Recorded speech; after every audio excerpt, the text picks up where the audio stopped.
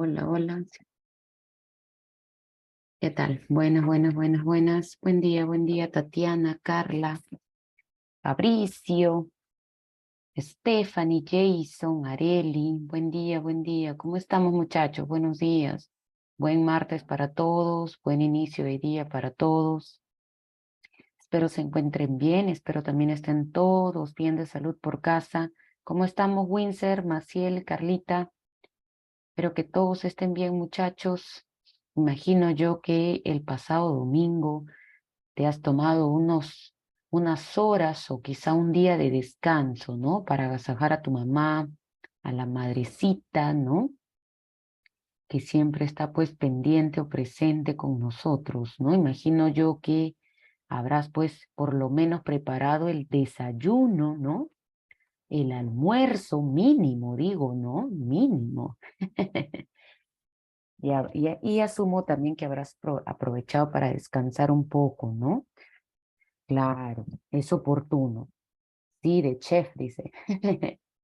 Es oportuno, ¿no?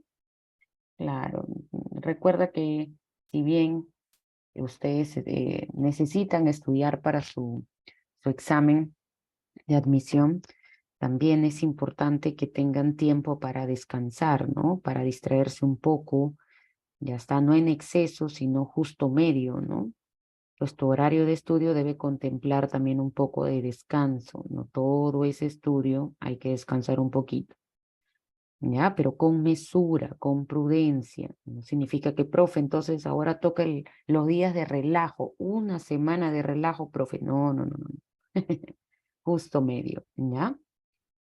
Así que muchachos, espero que hayan podido descansar, aunque sea un poquito, ¿no? Un poquito por lo menos, y pues que hayan retornado esta semana con fuerzas para continuar su preparación, ¿ya? El día de hoy vamos a ver el desarrollo de la filosofía aquí en el Perú y en Latinoamérica, en una sola clase, ¿ya? ¿Listo? Entonces, hasta aquí ya estamos terminando de ver toda la parte de la historia. Una pregunta. ¿Yo les he tomado a ustedes alguna evaluación, algún examen antes? ¿Les he tomado?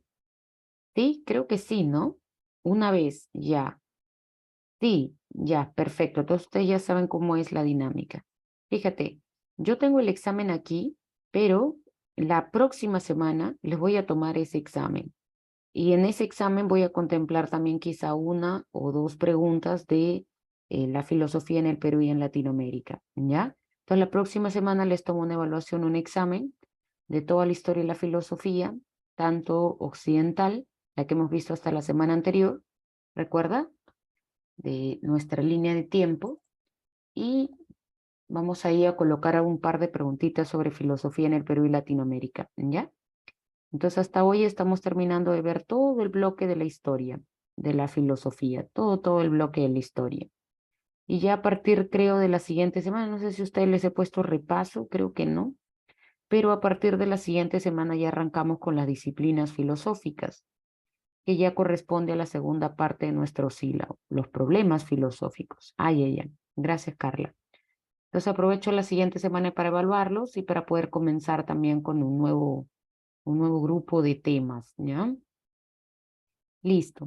Entonces vamos a empezar por acá con nuestra clase. Ya, a ver, veamos por acá. Hoy trabajamos, como les decía, el desarrollo de la filosofía en el Perú y en Latinoamérica. ¿Ya? A ver, hablar de filosofía en el Perú y en Latinoamérica de por sí constituye un problema. ¿Ya está? Una polémica, ¿no? No es que ya filosofía en el Perú y Latinoamérica, ya secas. No, no, no. De hecho, cada vez que se habla de Perú, perdón, de filosofía fuera de Europa, fuera de los márgenes griegos, europeos, occidentales, ya ello constituye un problema. Pero centrémonos en el Perú y en Latinoamérica. La primera polémica antes de hablar de filosofía en el Perú es la siguiente, ¿no? Em, ¿Desde cuándo hay que decir que ya hay filosofía en el Perú y en Latinoamérica?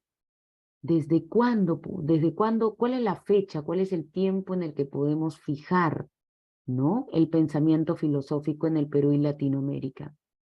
Entonces, La polémica es la siguiente. Antes de que llegaran los españoles a América, aquí las culturas prehispánicas hicieron filosofía. Las explicaciones, por ejemplo, que daban los moche, los chimú, los incas posteriormente sobre el cosmos, sobre los fenómenos naturales, ¿esas explicaciones fueron filosofía? ¿Hubo filosofía antes de los españoles? ¿O no será que más bien cuando los españoles llegan a América, ellos llegan trayendo filosofía? Entonces ellos inician el desarrollo filosófico aquí en el Perú y en Latinoamérica. Una cosa sí es cierta, y es que cuando los españoles salen de España, llegan aquí a América, fíjate, ellos llegan en el siglo XIV, siglo XV. ¿Y qué se está desarrollando en Europa para aquellos tiempos? Fíjate, esta es la línea de tiempo de la filosofía europea occidental. Entonces, si tú te das cuenta, entre siglo VI, siglo XV, se está desarrollando en Europa la filosofía medieval y básicamente se está desarrollando el segundo periodo de la filosofía medieval que corresponde a la escolástica. Tú debes recordar que la filosofía medieval, ¿no es cierto?, es la filosofía en la que se busca defender el dogma o los dogmas de la teología cristiana, ¿no? En la patrística se están formando los dogmas y en la escolástica los dogmas ya se comienzan a enseñar en las universidades, en las escuelas, ¿no? Se lee a Tomás de Aquino, Agustín de Hipona, San Anselmo, se lee a Aristóteles, se justifica toda la teología cristiana a través de la filosofía. Por eso es que por eso le llamamos filosofía medieval, la filosofía al servicio de la teología cristiana, ¿no? Se defienden los dogmas de la teología cristiana. Entonces, cuando los españoles salen de Europa, ellos llegan trayendo filosofía escolástica. Ellos llegan ya cristianizados, ¿no? Cristianos, ¿no? Con esa idea de difundir el evangelio, el cristianismo.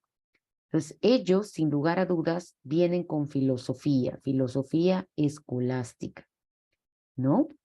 Pero entonces la pregunta es, antes de que los españoles pisaran estas partes del globo terráqueo, ¿hubo o no hubo filosofía en América? ¿Hubo o no hubo? Esa es la primera polémica, ¿no? Para poder fijar desde cuándo hay filosofía aquí, ¿no? ¿Hubo o no hubo filosofía? La segunda polémica, porque no hay primera sin segunda, la segunda polémica es la siguiente. La filosofía actual, nuestra filosofía, no solamente peruana, sino también latinoamericana, nuestra filosofía actual, ¿es original? ¿Es auténtica? ¿Ya está? Nuestra filosofía, nuestro pensamiento, nuestra filosofía latinoamericana aborda, trabaja, problematiza, discute sobre la realidad latinoamericana. El filósofo latinoamericano viene discutiendo e interesándose por temas de la propia realidad latinoamericana. Si esto ocurre, entonces vamos a decir que la filosofía latinoamericana es original, la filosofía latinoamericana es auténtica. ¿Ya está? ¿Listo? Entonces, ¿ocurre así o dicen los filósofos? ¿O no será más bien que la realidad latinoamericana está por un lado, ¿no? Los problemas del hombre latinoamericano. ¿Y cómo es nuestra filosofía? Pues nuestra filosofía no reflexiona sobre su realidad, sino que los filósofos latinoamericanos lo que están haciendo es interesarse por problemas propios de otros continentes, podríamos decir Europa. Entonces, acá está la realidad europea, Europa. Acá está la filosofía europea. Entonces, la filosofía europea responde a los problemas de la realidad europea, feminismos, defensa de la diversidad, etc. Entonces, ¿qué están haciendo los filósofos latinoamericanos? Los filósofos latinoamericanos están copiando la filosofía europea. Se están interesando por temas que le interesan al filósofo europeo. Pero ¿cuál es el problema? Que cuando el filósofo latinoamericano tiene que hablar sobre su propia realidad, pues resulta que está en disonancia, no tiene nada que decir, porque entonces la filosofía no es auténtica, la filosofía es inauténtica, es una copia, imitación. De ahí que, por ejemplo, tenemos a algunos intelectuales que hablan, teorizan, ¿no es cierto?, sobre categorías o conceptos que todavía no se pueden aplicar a nuestra realidad, ¿no? Sino que ellos están interesados por filosofías que responden a otra dinámica, a otra realidad, ¿no? Por ejemplo, más o menos para que te hagas una idea, más allá de la filosofía, nuestra cultura, hay intelectuales que dicen que nuestra cultura, la cultura latinoamericana, busca imitar o copiar los patrones de la cultura europea, ¿no? De modo que cuando, por ejemplo, un latinoamericano compra o adquiere o conoce algo del extranjero, pues se queda maravillado y asombrado, ¿no? Y todo lo de fuera termina siendo wow, ¿no? Pero el problema es que vivimos espaldas a nuestra propia realidad, ¿no? Por ejemplo, más o menos para que te des una idea, durante el gobierno de Vizcarra, en el contexto de la pandemia, ¿recuerdas tú que Vizcarra tomó ciertas medidas que eran pues medidas que no reflejaban o no contemplaban la realidad peruana, ¿no? Entonces, cuando llegó el coronavirus al Perú, Vizcarra dijo, bueno, a partir de ahora vamos a tomar ciertas medidas que vienen tomando otros países y que está funcionando, y va a ser la medida para contrarrestar o hacer frente al coronavirus. Pero ¿cuál es el detalle? Que esta medida que copió Vizcarra muy bien funcionaba en países desarrollados, que básicamente fue de los que él copió, que no, fue China en este caso, ¿no? Un país que tiene acceso a la tecnología, ¿no? Un país donde el Internet, pues, digamos, está al servicio de las mayorías o de casi todos, por no decir todos, ¿no? Entonces, cuando Vizcarra aplicó esas medidas aquí, pues se encontró con una realidad que digamos que se encontró con una realidad adversa, ¿no? Entonces, porque dijo, cuarentena obligatorio, todos a sus casas. Pero al día siguiente veíamos cómo gente, peruanos de pie, salían a la calle y comenzaban a vender bolsas, ¿no? Vender sus verduras. Entonces, cuando los periodistas pasaban, le decían, señor, tiene que regresar a su casa, se puede contagiar de COVID, va a morir. Entonces el señor le respondía, sí, pero es que si yo no me muero del coronavirus, me muero de hambre, ¿no? Porque en mi casa vivimos de lo que yo trabajo en el día a día. Entonces a mí el gobierno no me va a dar que comer, entonces yo tengo que salir a trabajar. Y entonces así teníamos un montón de gente, ¿no? Entonces vemos cómo, por ejemplo, estamos tomando pensamientos, soluciones que muy bien resuelven problemas de otra realidad, una realidad distinta, como China, por ejemplo, un país en desarrollo, pero no, pues, se aplica a nuestra realidad, ¿no? Martín Vizcarra dijo, teletrabajo, los muchachos ahora van a tener clases virtuales. Entonces, ¿por qué esa medida ha funcionado en otros lugares? Pues muy bien funciona en países en desarrollo, pero aquí en el Perú, ¿cuál fue el tema? Que buena parte de los peruanos, en principio, no tenían ni siquiera una computadora, ¿no? Ni qué decir del Internet, ¿no? Y no me refiero solo a Lima, me refiero a departamentos de nuestra sierra y selva peruana, ¿no? Tantos niños alejados, hijos de la tecnología, sin tener pues acceso a ella, y cómo iban a acceder a la educación, ¿no? Entonces tú te das cuenta que esas medidas, pues, no son medidas que contemplen nuestra realidad, que contemplen objetivamente lo que ocurre aquí, ¿no? Es por eso que cuando aplica soluciones que funcionan en otros lugares a una realidad distinta, pues se encuentra contra la pared, ¿no? Entonces, es el tema. El tema aquí es, más allá de si las medidas que tomó no Vizcarra, el tema es de nuestra filosofía. Nuestra filosofía responde a nuestra realidad, problematizan los filósofos latinoamericanos sobre su propia realidad latinoamericana, los problemas que aquejan al hombre latinoamericano. ¿O no será que nuestros filósofos están ocupados en estudiar, ¿no? O problematizar sobre temas, ¿no? Que, digamos, responden a una dinámica distinta y no a la nuestra. Entonces, nuestra filosofía es original, es auténtica, o nuestra filosofía es una copia, una imitación y es inauténtica. ¿Cómo es la filosofía latinoamericana actual? Son dos polémicas digamos, antes de hablar de filosofía y otra ya claro que hace referencia a la filosofía actual, pero sin las cuales no podríamos avanzar, ¿no? Nuestra periodización sin antes resolverlas, ¿no? Entonces vamos a empezar por aquí con estas dos polémicas. Empecemos por esta. ¿Hubo o no hubo filosofía antes de que llegaran los españoles a América? ¿Hubo o no hubo? En este caso, por ahí me dijeron, sí, profe, sí hubo, otros me han dicho, no hubo, profesora. A ver, más que si hubo o no hubo, esto es una controversia, es una polémica, que no tiene una respuesta definitiva, una respuesta concluyente. En realidad, mira, hay dos respuestas. En este caso, hay una respuesta afirmativa y hay una respuesta negativa. Si hubo, no hubo. ¿Ya está? En este caso, el filósofo mexicano Joseph Sterman va a decir que antes de que llegaran los españoles a América sí hubo filosofía. Y Augusto Salazar Bondy nos va a decir que no hubo filosofía, filósofo peruano. Ahora, profe, ¿por qué Joseph Sterman dice que sí y Bondy dice que no? ¿Dónde está la diferencia? ¿Por qué los dos tienen opiniones diferentes? ¿Cuál es su argumento? ¿En qué se basan? Mira, Ico, básicamente la diferencia entre uno y otro va a radicar principalmente en lo que se entienda por filosofía. Para saber si lo que hubo en América fue o no fue filosofía, primero debemos empezar definiendo qué entendemos por filosofía. Porque únicamente teniendo una definición clara de lo que sería la filosofía, yo podría analizar cualquier pensamiento y ver si éste se corresponde con mi definición de filosofía o no.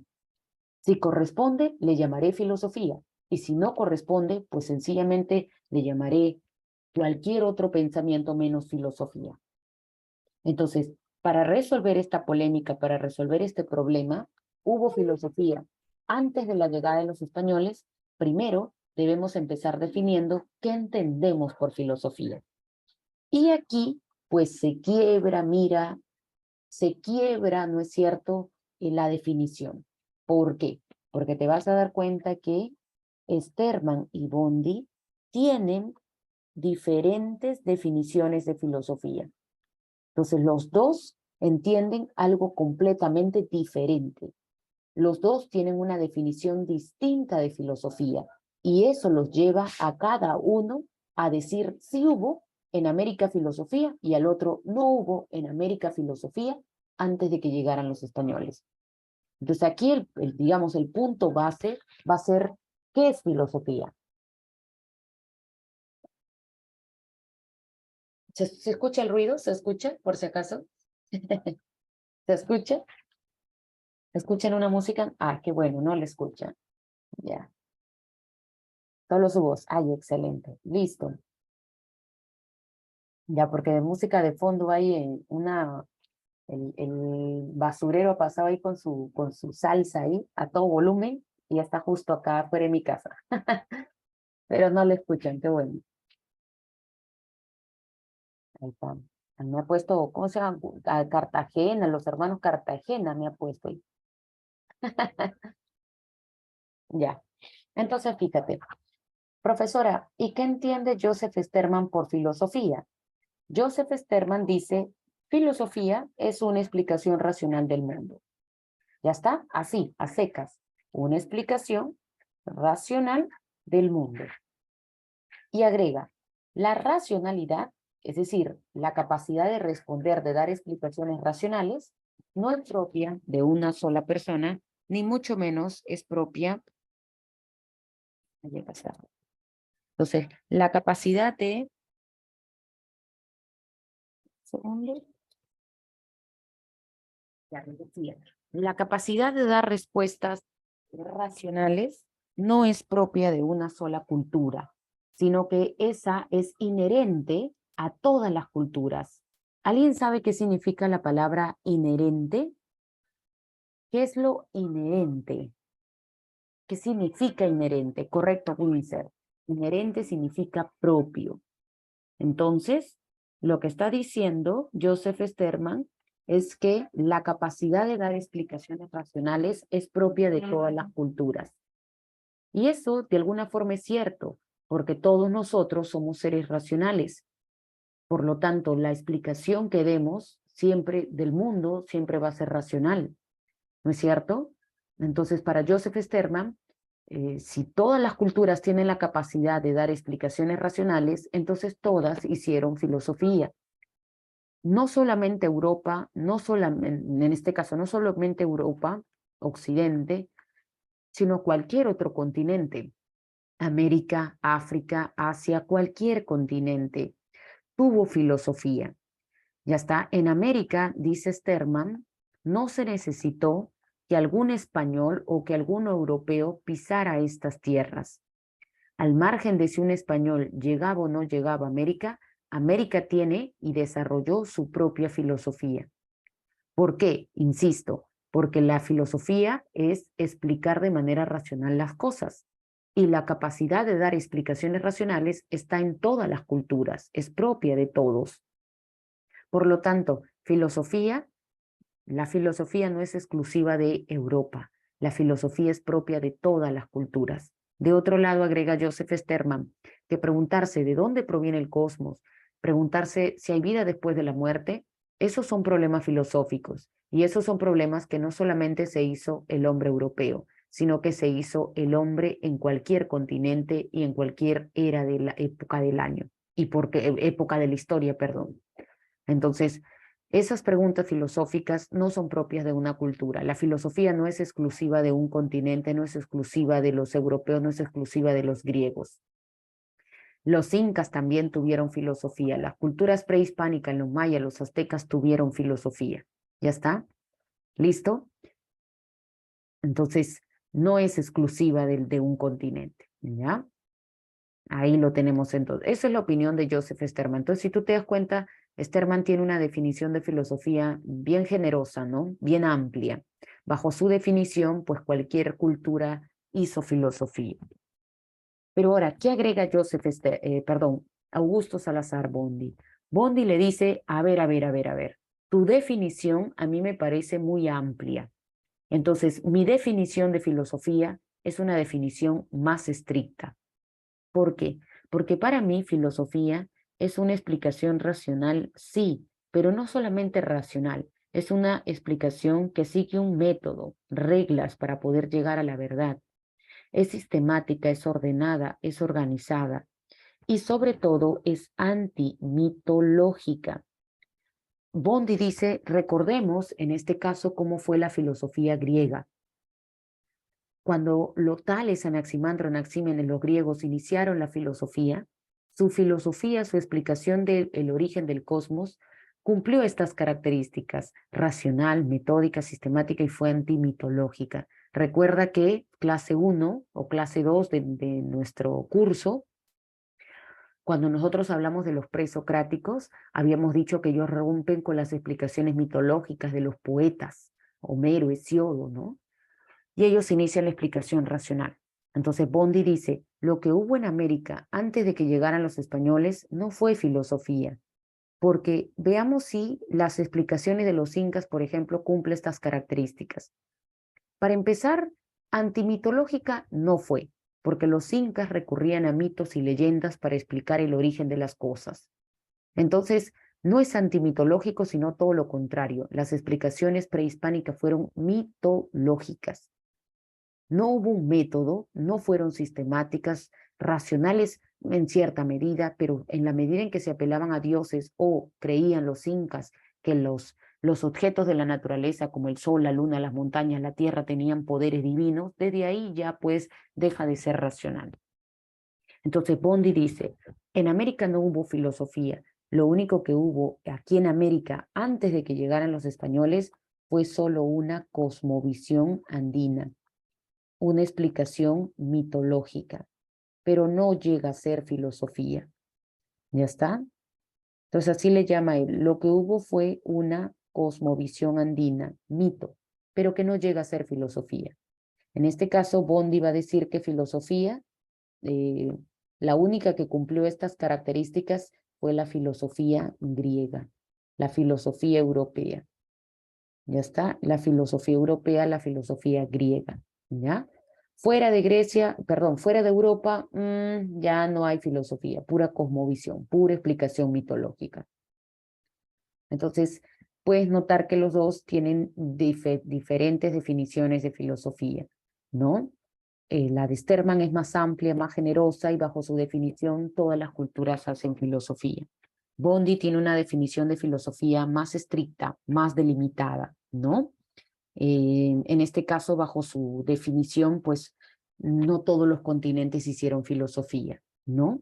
Ahí hay un problema. Garcilaso creo que también apoya la postura de este hermano, profe, pero sobre otro problema, en este caso no sobre si hubo o no filosofía. Ya está. Este ya es un problema ya propio de filósofos ya posteriores, ¿no? Profesora, lo que dice Bondi es un pensamiento eurocentrista.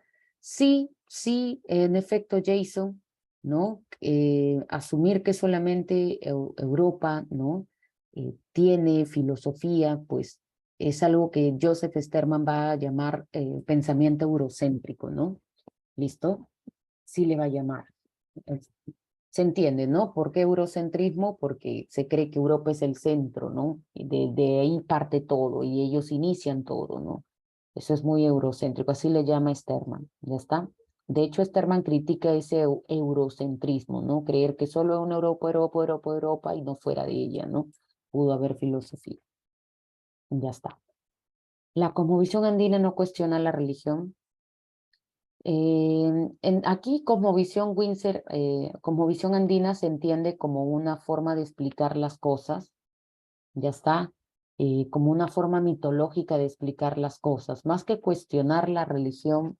Lo que pasa es que aquí, a ver, hay que tener mucho cuidado, pues, ¿no? Porque cuando hablamos de cosmovisión andina, no se está contemplando, quizá cuando tú entiendes religión Windsor, tú lo estás asociando siempre con la religión, una religión, la cristiana. Entonces, cuando acá hablamos de cosmovisión andina, es cualquier tipo de explicación que hubo aquí, ¿no es cierto? En la que no necesariamente tuvo que tenerse en cuenta al Dios cristiano, porque aquí ni siquiera existía esa noción. Recuerda que aquí los incas pues creían, eran politeístas, en cierta medida fetichistas, porque creían que objetos de la naturaleza tenían poderes divinos. Entonces, digamos que es una explicación más amplia, ¿no? Que no tiene nada que ver con este caso con la religión cristiana, ¿ya? Me refiero a sus explicaciones mitológicas. Ya, claro, claro, en ese sentido, no hay contradicción, está bien, hijo. Ya, ahora sí. Entonces, esa es la primera polémica. Ya, profe, ¿quién de los dos tiene la razón? Mira, más que quién tiene la razón, si tú te das cuenta, los dos parecen dar argumentos bien interesantes y por eso es que esto se llama así, una polémica. ¿Ya está? No hay una respuesta clara, definida, no va a depender mucho de con quién concuerdes sobre su definición de filosofía. ¿Ya está? Sigue siendo polémico, ¿no? Más que una respuesta definitiva, dos respuestas bien, digamos, distintas con ambas igual de plausibles, pero al mismo tiempo también con algunos puntos que hay que cuestionar, ¿no? ¿Qué es lo que hacen cada uno sobre sus propias posturas? Pero bueno, ahí lo dejamos. La segunda polémica es si entonces nuestra actual filosofía latinoamericana es o no es auténtica. Yo te comento algo. Hoy en día hay una rica y fuerte producción de filósofos latinoamericanos, hay una fuerte producción de filosofía latinoamericana. Es más, a modo de infidencia te cuento, en Europa, en países europeos, por ejemplo, se interesan mucho por la filosofía o el pensamiento latinoamericano. Incluso recuerdo que, por ejemplo, el año pasado, el anteaño pasado, creo que estaba postulando a una maestría en la Universidad Complutense de Madrid, a la que dicho sea de paso, te cuento, fui aceptada, pero no pude ir. Pero fíjate, mientras buscaba información sobre las maestrías en filosofía, vi pues una que decía, o varias en realidad, que decían maestría en pensamiento latinoamericano, ¿no? Entonces hay interés por Europa o por asumo yo por diferentes partes, por diferentes universidades del mundo, por conocer el pensamiento latinoamericano, ¿no? En general. Pero bueno, te decía, aquí en América hay una fuerte producción de filosofía latinoamericana. Se viene produciendo. Las mejores universidades de Latinoamérica siguen, digamos, formando a filósofos, ¿no? La universidad, por ejemplo, en el ranking de las mejores universidades, las que sale siempre primeras son la Universidad Autónoma de México, la UNAM, y ahí se enseña filosofía, ¿no? Hay una facultad de filosofía y letras, ¿no? Tienes la Universidad San Paulo en Brasil, donde también se forma a filósofos. La Universidad de Buenos Aires en Argentina, también hay una facultad ahí de filosofía y letras. La Universidad de Chile también, ¿no? Acá en el Perú la Universidad San Marcos. Entonces, digamos, buenas universidades o las mejores universidades latinoamericanas siguen, ¿no? Formando filósofos. Entonces hay una fuerte producción, no solamente digamos, a nivel profesional, sino a nivel teórico, hay una producción, ¿no? Pero entonces la pregunta aquí es si nuestra filosofía es auténtica, si es original, si los filósofos latinoamericanos vienen ocupándose de la realidad latinoamericana. Entonces, aquí vamos a tener otra vez dos respuestas y cada una pues opuesta, ¿no? Para empezar, tenemos por aquí la respuesta de Leopoldo Sea. ¿Qué dice Sea? Que nuestra filosofía sí es auténtica. Pero vamos a tener una respuesta negativa. Esta será la respuesta otra vez de Augusto Salazar Bondi. Ay, profe, bien negativo el Bondi, ¿no? Ya está, ahí lo tenemos. A ver, ¿qué dice Esther? ¿Qué dice Sea? Sea dice, nuestra filosofía latinoamericana sí es auténtica. El filósofo latinoamericano viene ocupándose de temas, de problemas propios del ser del hombre latinoamericano. Por ejemplo, problemas de la realidad o del hombre latinoamericano son cómo lograr salir del subdesarrollo, cómo lograr ser un país desarrollado, un continente desarrollado, cómo abandonar la dominación, cómo dejar de ser un país que depende económica, culturalmente de otros, cómo ser un continente auténtico, original, oriundo, que deje de imitar. Entonces, los filósofos latinoamericanos, dice Sea, vienen ocupándose de estos temas. Y estos son temas que responden a la realidad latinoamericana. Por lo tanto, nuestra filosofía sí es auténtica. ¿Ya está? Ahora, ¿qué le dice Bondi? Bondi le dice a Sea, pues eso no es cierto. La filosofía latinoamericana es una filosofía imitativa, es una filosofía alienada, que sigue, que copia, que imita. ¿A quién, profe? A la filosofía europea. Nuestros filósofos latinoamericanos vienen hablando sobre temas que no corresponden a nuestra realidad. Vienen, por ejemplo, hablando de feminismo, que en su máxima expresión, cuando eso sí, temas muy bien encajan en otra realidad cuya, pues, dinámica es distinta, ¿no? Pues somos un continente que imita y nuestra filosofía es imitativa, es copia, es alienada, es inauténtica. Es una filosofía de la dominación. Para Bondi, a la fecha, América es un país, perdón, América es un continente que está dominado económicamente y en ese sentido también padece una dominación cultural. Dependemos económicamente de capitales extranjeros. Capitales extranjeros, países extranjeros, en alguna medida tienen injerencia en nuestros asuntos. Entonces somos un país dominado económicamente. Y en la medida en que somos dominados económicamente, lo somos también culturalmente. Ya está, padecemos una cultura de la dominación, dice Bondi. Entonces, lo que yo propongo, dice Bondi, es que nuestra filosofía se libere. Él propone una filosofía de la liberación. Primero, que nuestro continente se libere económicamente para que de esta manera se libere culturalmente. Pero si no se libera primero, vamos a seguir teniendo una filosofía imitativa, copia. Entonces, hablar de filosofía auténtica, dice Bondi, es todavía un asunto para el futuro. ¿Lograremos tener una filosofía auténtica? Puede que sí, pero ahorita no, quizá para el futuro. ¿Ya está? Cuando nos hayamos liberado de la dominación económica. Listo, entonces ahí tenemos las dos polémicas, muchachos, sobre la filosofía en el Perú y en Latinoamérica. Ves que lejos de tener una respuesta definitiva, hay dos respuestas bien opuestas, ¿no?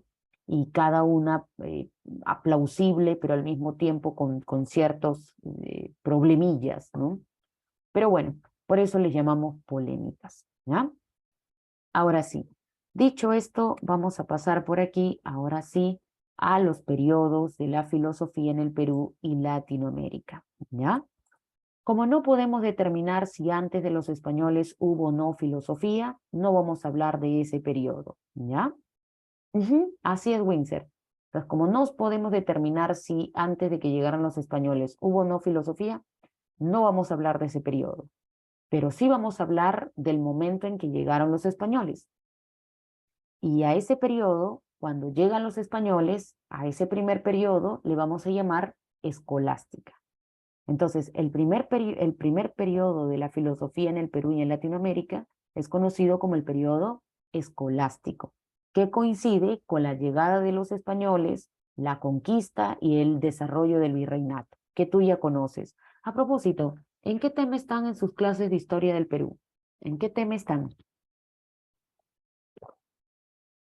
¿En qué tema están? Ah, ya están en independencia. Hoy toca independencia. Justo, excelente, mira. Ya, bacán. Listo, perfecto. Entonces, tú te vas a dar cuenta que yo voy a un poco a mencionar un poquito el contexto en nuestra realidad peruana, de lo que ocurrió en la historia. No es esta una clase de historia del Perú, no es un resumen de la historia del Perú, sino que lo que se pretende cuando se habla de filosofía en el Perú y en Latinoamérica es un poco comprender cuál fue el pensamiento filosófico que estuvo detrás de muchos de los hechos de nuestra historia, muchas de las acciones que se tomaron a lo largo de nuestra historia. Entonces tú vas a ver que, por ejemplo, en el proceso de la independencia, la filosofía tuvo un rol importante. ¿Ya está? Entonces, lo que quiero que ustedes noten es cómo la filosofía ha estado presente a lo largo de nuestra historia, ¿ya? El trasfondo filosófico incluso de muchas de las acciones o decisiones que se tomaron en nuestra historia. Pero bueno, a ver, primer periodo escolástico. Este coincide con la llegada de los españoles, la conquista, el desarrollo del virreinato, ¿ya? ¿Por qué le llamamos escolástica? Porque como ya te había dicho, cuando los españoles salen de Europa, ellos vienen trayendo la filosofía escolástica. Ya está, fíjate aquí. Se lee a Tomás de Aquino, Anselmo, Hipona, en fin, los padres de la iglesia. Acá se defiende el cristianismo. Entonces, cuando llegan los españoles, ellos llegan con la filosofía escolástica. Recuerda, tú y yo hemos tenido clase de filosofía medieval. Entonces recuerda que en la escolástica se fundan las primeras universidades en Europa. Salamanca, Bolonia, Oxford, Cambridge. Se fundan las primeras universidades. ¿Y qué se enseña en las universidades? Teología cristiana, cristianismo. ¿Ya está? Entonces cuando los españoles llegan acá a América, entonces ellos van a fundar los primeros colegios.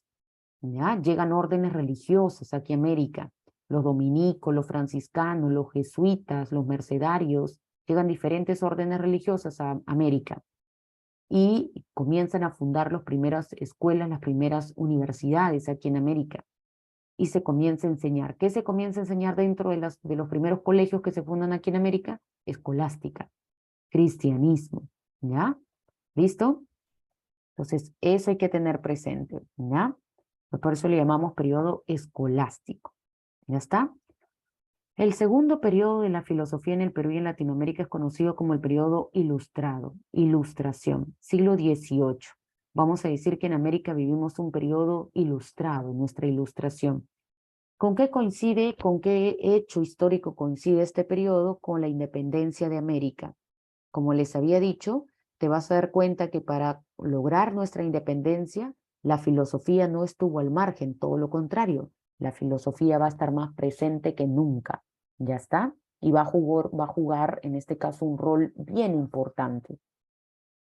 Luego, el tercer periodo es conocido como el periodo romántico. ¿Con qué coincide, con qué hecho histórico coincide este periodo romántico? Con el periodo post-independencia. Ya te va a contar tu profe de historia que después de haber logrado, alcanzado nuestra independencia, pues comienzan una serie de conflictos aquí en América y en el Perú en principio, ¿no? ¿Por qué, profesora? Porque todavía una vez que se logra la independencia, la discusión va a ser ¿en manos de quién ahora queda el gobierno, no? Si ya no dependemos de la corona, ¿quiénes deben gobernarnos? Entonces aquí, después de la independencia, se desarrollan los militarismos, ¿no? En fin.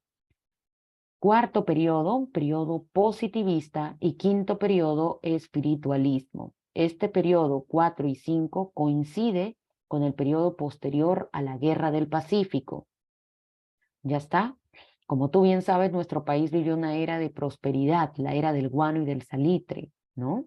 Pero esta prosperidad va a ser como tu amor por ella, falaz, ¿no? ¿Por qué, profe? Porque tan pronto como se logró, pues, la era de la prosperidad, nuestro país también se enfrascó en la guerra, ¿no? La guerra del Pacífico. Y tras la guerra, pues, nuestro país queda en crisis, en bancarrota, y hay que reestructurarlo, hay que sacarlo de la crisis. Entonces, para poder sacar de la crisis al Perú, ¿no? Se difunden ciertos pensamientos, ciertas ideas filosóficas. Primero se difunden ideas positivistas en el Perú y luego se difunden ideas espiritualistas. Vamos a hablar de ello más adelante. Y finalmente, estamos en el siglo XX, ya está, Oncenio de Leguía.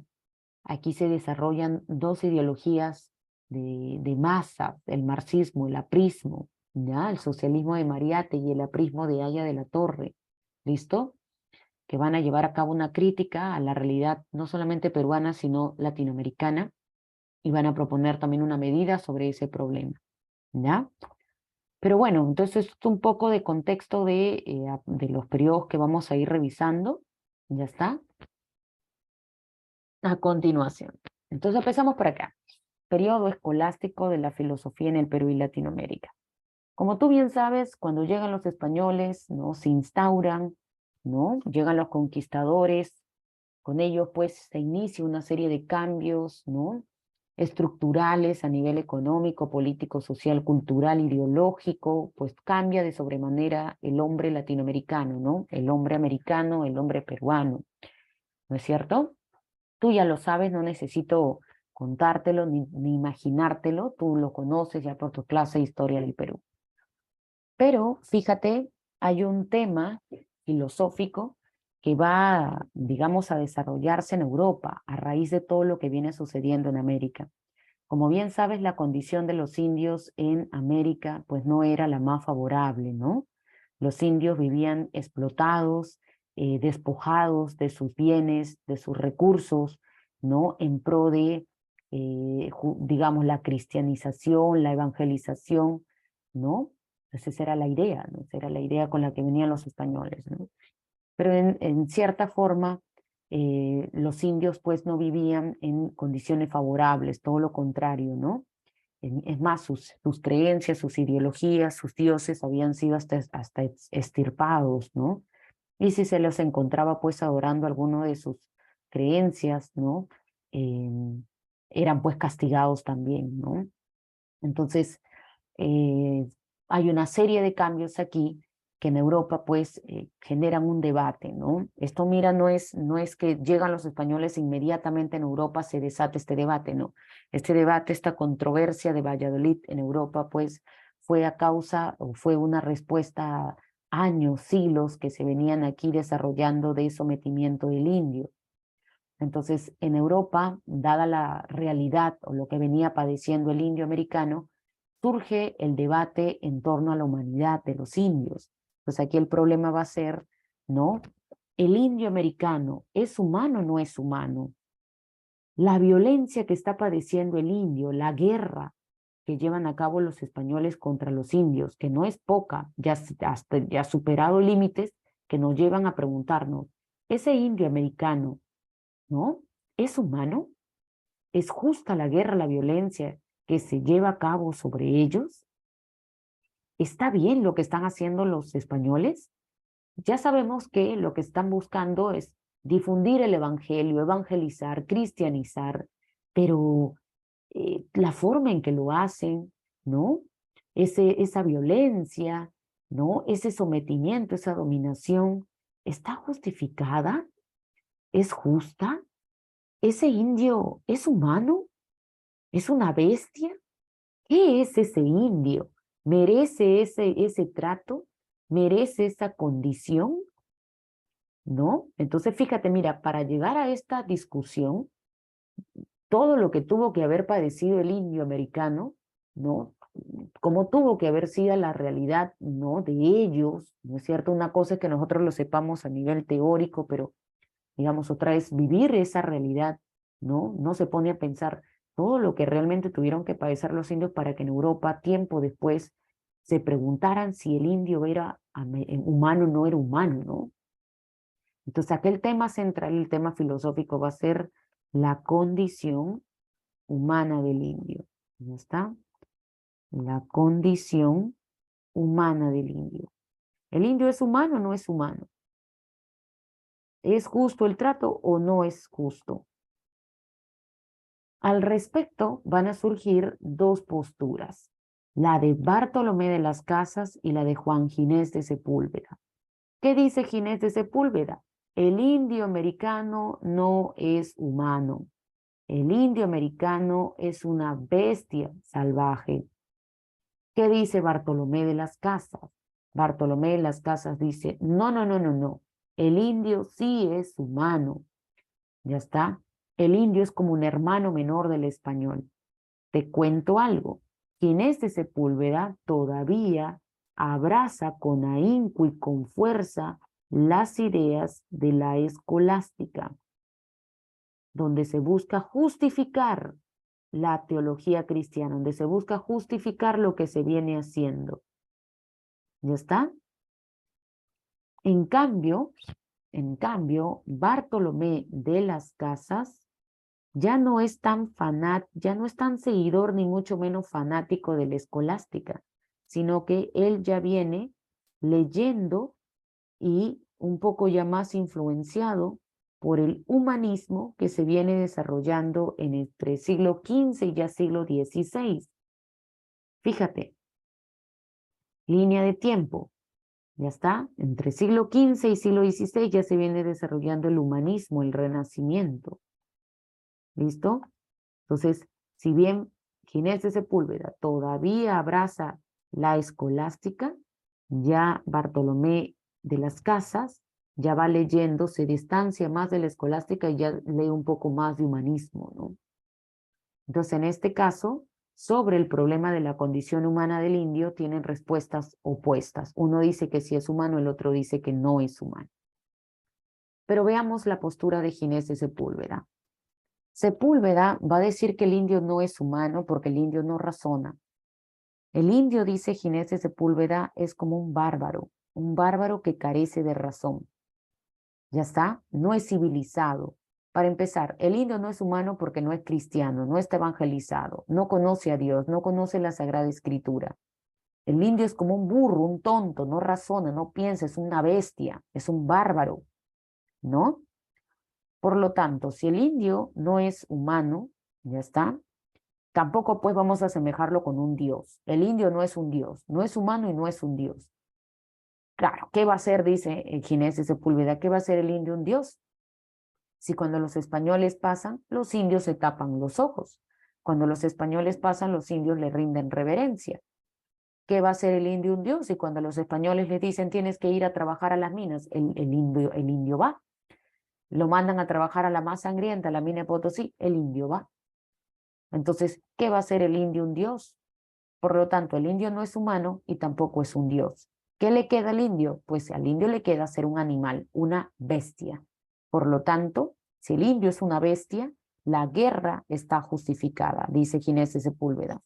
Todo lo que vienen haciendo los españoles en América está justificado. ¿Y por qué está justificado? Porque el indio no es humano y no es un dios, el indio es una bestia. ¿Y qué hay que hacer con las bestias? Dominarlas, someterlas. ¿Ya está? Por lo tanto, ¿qué hay que hacer con el indio? Hay que hispanizarlo, hay que cristianizarlo y hay que eliminar, extirpar su cultura. Entonces, si tú te das cuenta, lo que está haciendo Ginés de Sepúlveda es defender la escolástica, es defender todo lo que los españoles están haciendo aquí en América. Y esto era lo que se enseñaba en los colegios aquí en América. En América se les estaba enseñando a los jóvenes, a los criollos en este caso, que todo lo que estaban haciendo los españoles, los conquistadores, estaba bien. Ya está, porque lo que se estaba haciendo era cristianizarlos, todo en pro de la evangelización. El indio no es humano, así que todo está justificado. Entonces, digamos, lo que hicieron los españoles aquí tenía su respaldo en la filosofía escolástica, ¿no?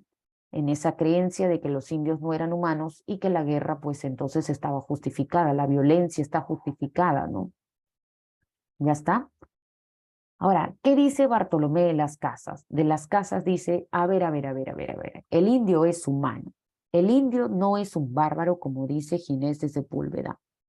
Tampoco es esclavo. Y mucho menos el indio es alguien que no razona. No, no, no, no, no, no, no.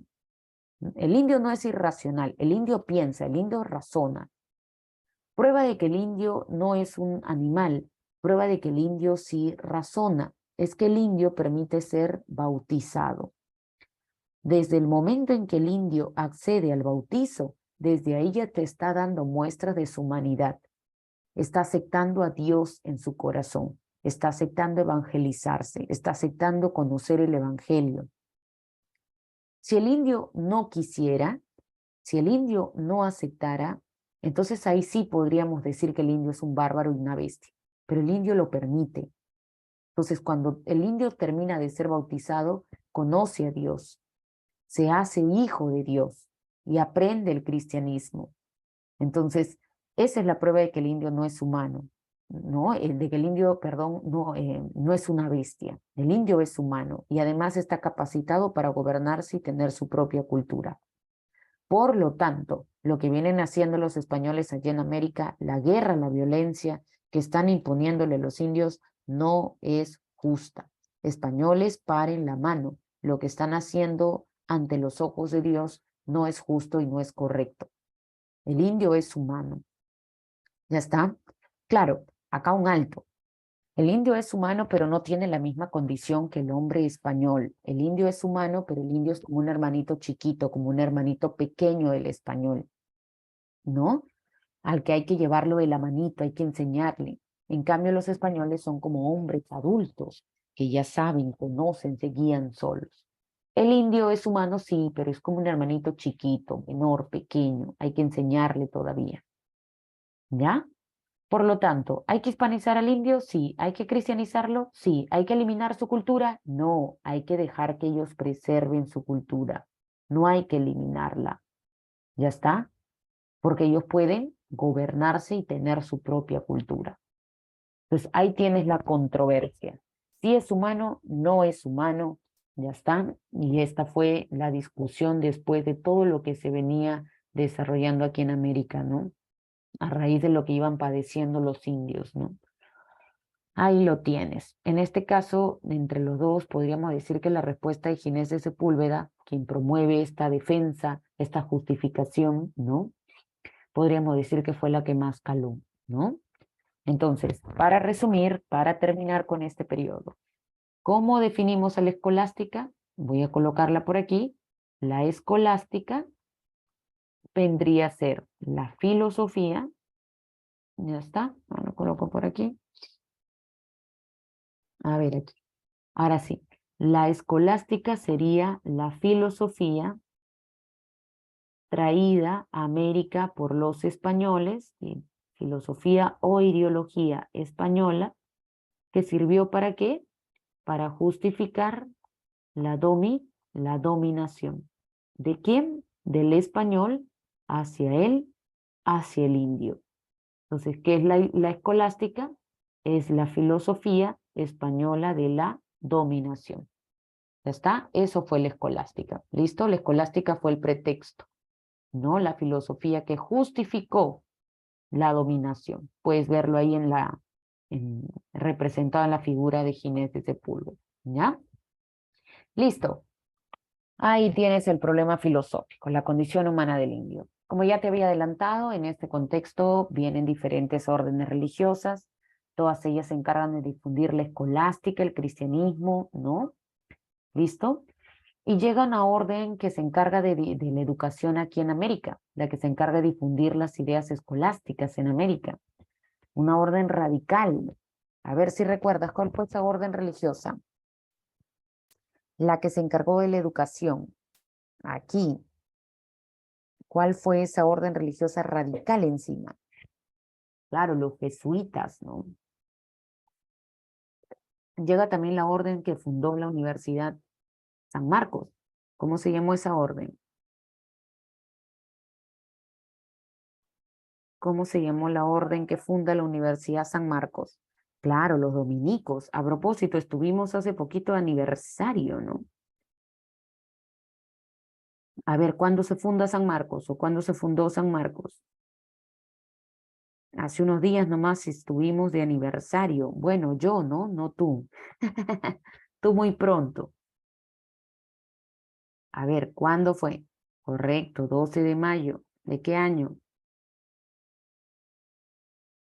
1551, correcto. Ujú. Uy, hubo una fiesta en San Marcos, una semana creo fue la fiesta, oye, y el viernes lo cerraron pues con broche de oro, ¿no? Una verbena, hijo. ¿Qué tal juerga, oye?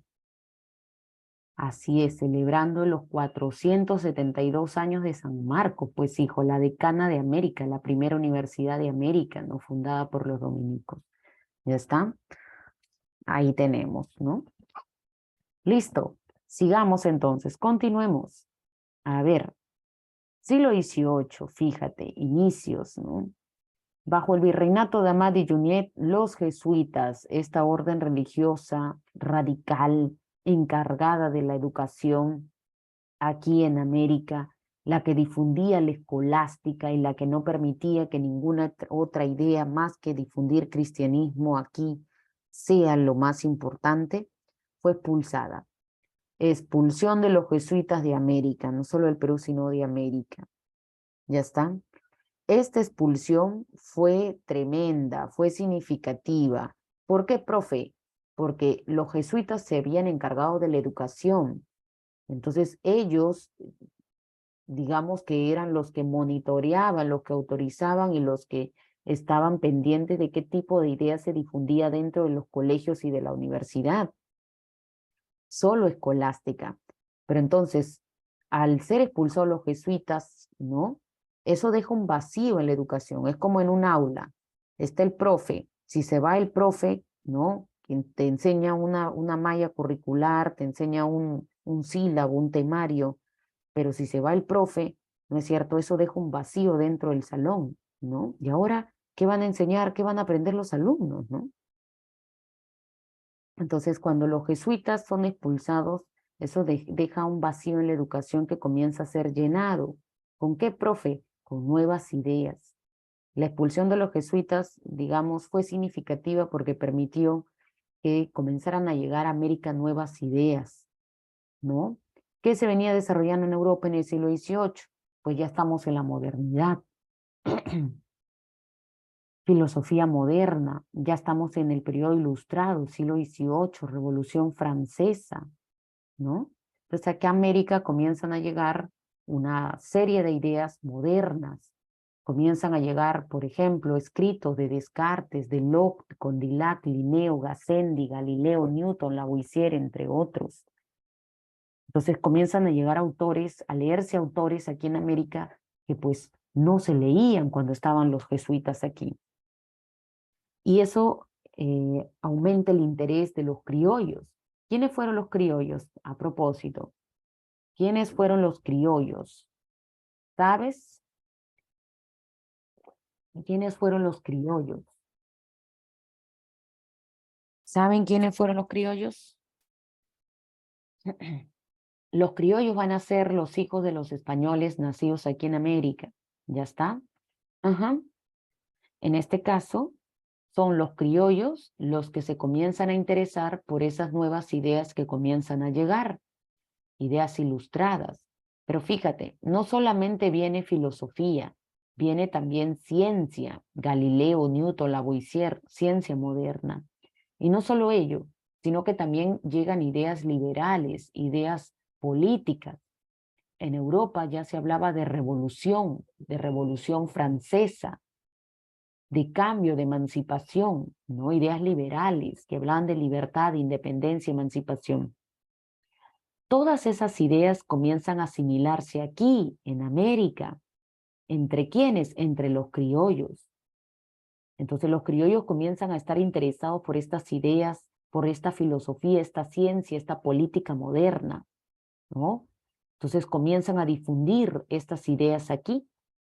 Hay que sumarle a ello que aquí por América pasan dos expediciones científicas, la de Alexander von Humboldt y la de Tadeusz Haenke, ¿no? Estas expediciones, estos viajeros ilustrados, vienen con la intención de estudiar la naturaleza, la flora, la fauna, investigar, conocer, hacer ciencia, experimento, y eso pues comienza a calar aquí en el criollo, ¿no? Aviva ese interés por empezar a estudiar algo diferente, ¿no?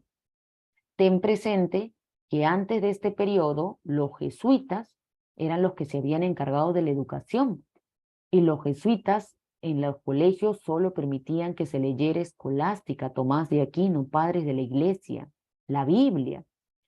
Pero cuando se van los jesuitas o los expulsan, eso permite que comiencen a llegar nuevas ideas. Entonces, para hablar del Perú, se habla de una ilustración peruana.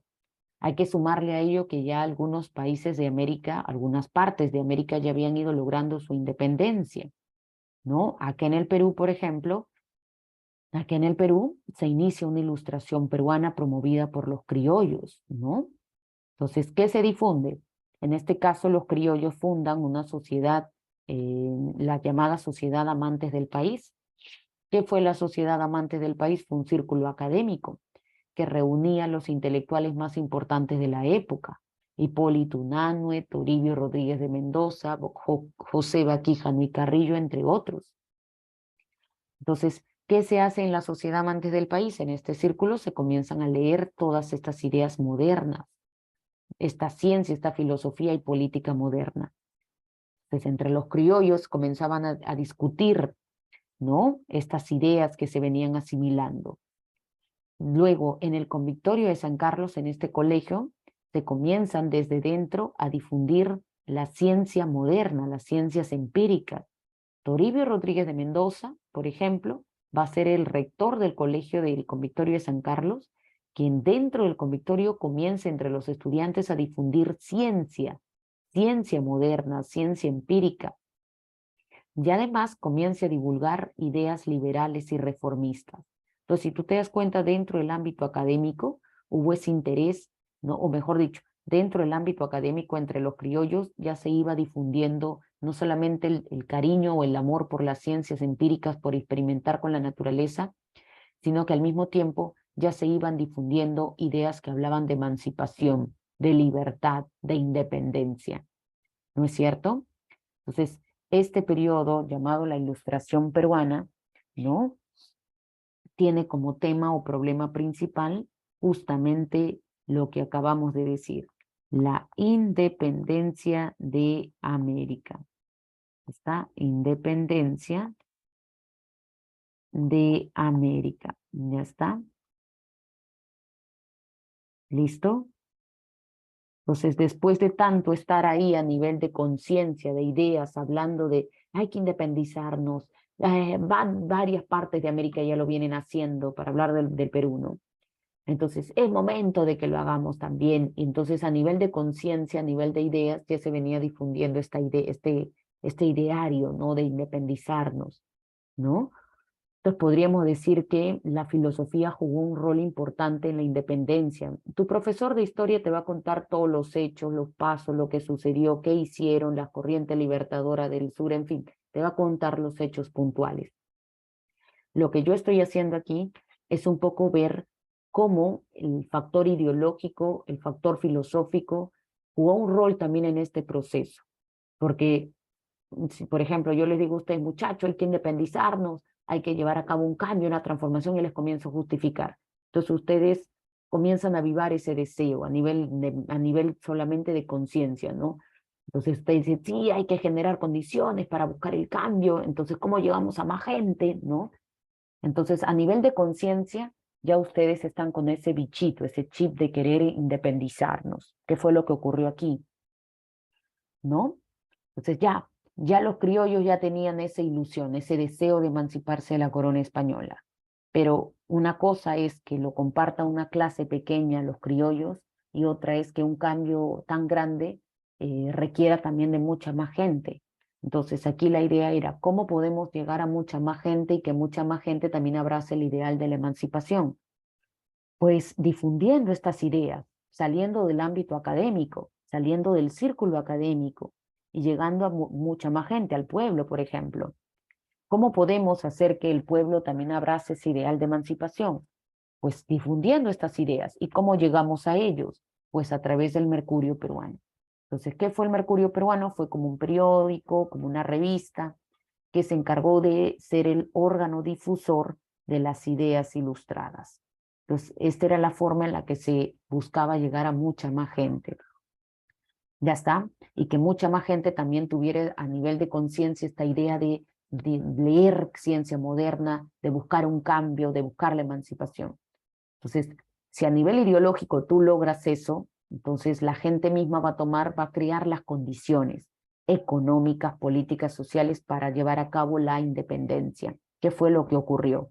Primero inició todo a nivel de conciencia, ¿no? Se iban trayendo nuevas ideas, se iban asimilando estas ideas ilustradas, liberales y modernas, y luego se generaron las condiciones para llevar a cabo esta búsqueda de la independencia.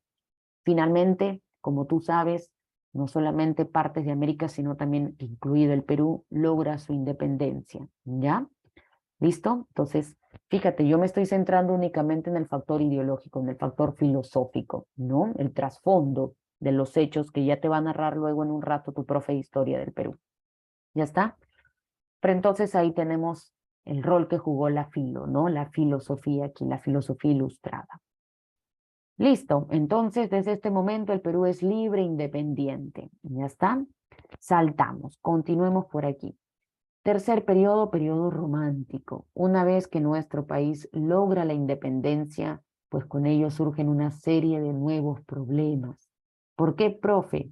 Porque ahora la nueva pregunta es ¿quiénes deben gobernarnos? ¿En manos de quién quede el gobierno? ¿No? Me olvidaba un datito para definir solamente por aquí. ¿Qué cosa es la ilustración? La ilustración, ya está. Ay, ¿dónde está el lápiz? Ahí ya lo vi. La ilustración es la ideología o la filosofía difundida por los criollos, ideología criolla, que buscaba ¿qué cosa? La emancipación. Entonces, ¿qué es la ilustración? Es la ideología criolla de la emancipación. Ya está. Ahí lo tenemos, no lo olvides, ¿ah? Listo. Tercer periodo, nuevo problema, ahora la nueva forma de gobierno. ¿Quiénes deben gobernarnos? ¿En manos de quiénes debe quedar el poder? No ven algunos con buenos ojos habernos independizado.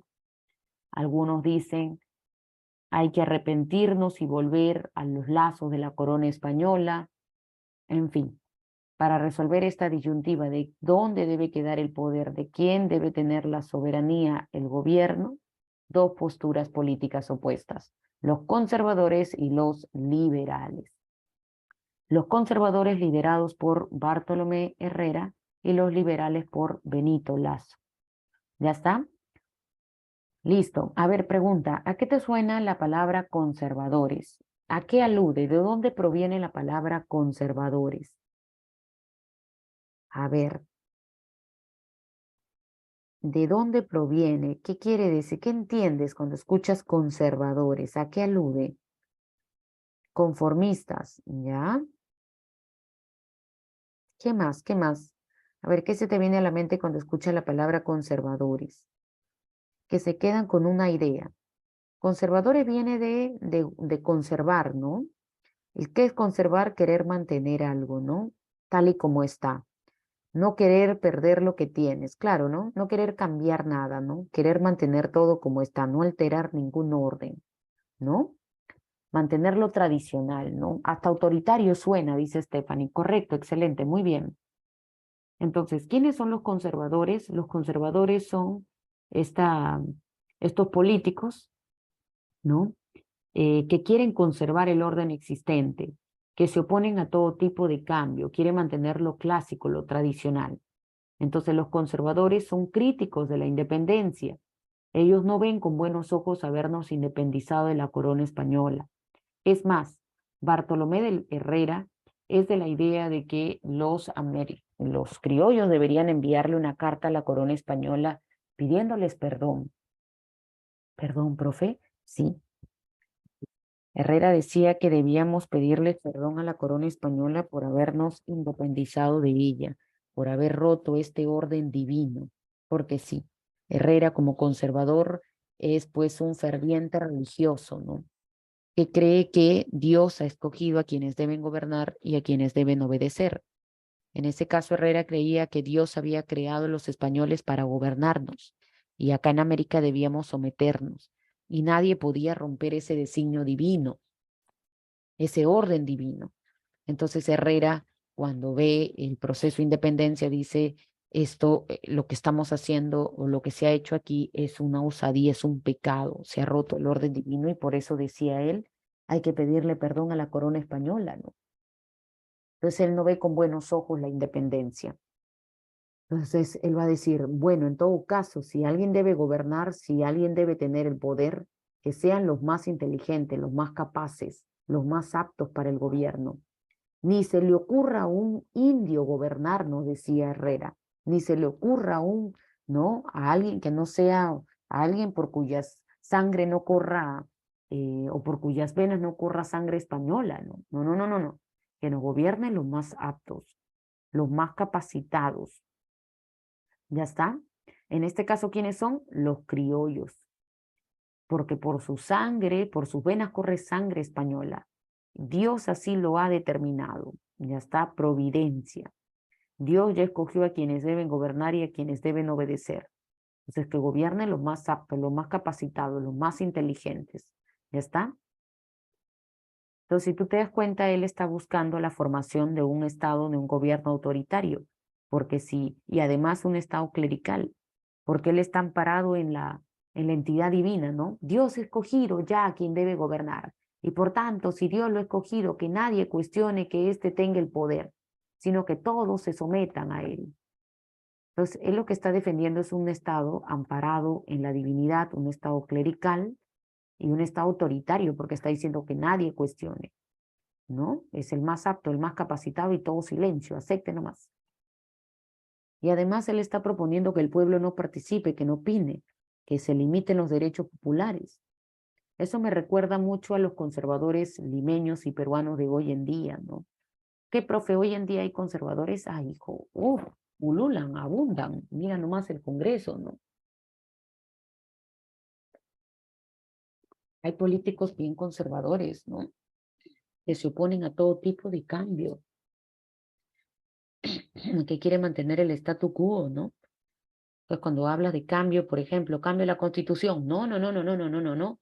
Hay que conservarla, hay que mantenerla, ¿no? No hay que cambiarla nada, que se acepte, así tiene que ser. Hay políticos que dicen, hay políticos, hijo, que por si ellos fuera, el pueblo no debería opinar, ¿no? Hay gente que solo, hay políticos que solo utilizan al pueblo, no porque estén interesados en su voto realmente, sino, o sea, me refiero a que no, a apoyarlos, ¿no? Sino en el sentido de que solamente quieren su voto para ocupar un cargo, una curul, ¿no? Entonces, eh, hay gente conservadora, ¿no? Que si por ello fuera, el pueblo ni siquiera debería votar, ¿no? Elegir a sus representantes políticos, ¿no? Ya está. Claro, y solo utilizan los votos del pueblo para sus intereses, ¿no?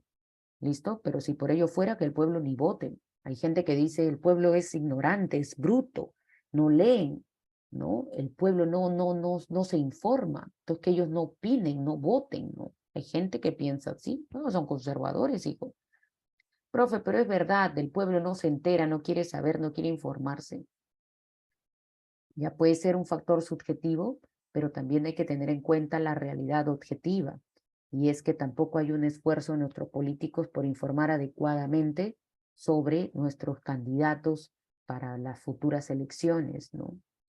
¿No es cierto? De la maleza de nuestro candidato ya nos enteramos cuando ya llegaron al poder, ¿no? nos enteramos que ya tuvieron denuncias, que tuvieron tal por acá, por allá y tal cosa, ¿no? Pero tampoco hay un esfuerzo del gobierno, de los medios de comunicación por informar adecuadamente sobre, digamos, la política en general, ¿no? Pero bueno, ahí tienes, ¿no? Hoy en día todavía hay conservadores y abundan un montón. Por ahí me dijeron conservación medieval. No, ¿cómo era? A ver, por ahí lo leí, se me fue el mensaje. Renovación medieval. Sí, sí, pues, ¿no? Oye, he visto esa noticia, dice que ha cambiado una piscina por una playa, hijo, ha hecho una playa, dice en San Juan, creo. Ahí por tu distrito, por ahí dice que te ha hecho una playa tu flamante alcalde, una playa artificial, que antes creo era una piscina, ¿no? Una piscina artificial también, ¿no? Ay, ay, tu alcalde quiere hacer de Lima una potencia mundial, pues hijo. Sí, con arena, dice, ahí tienes, ¿no? Ay, en fin, ya ahí lo tenemos, ¿no?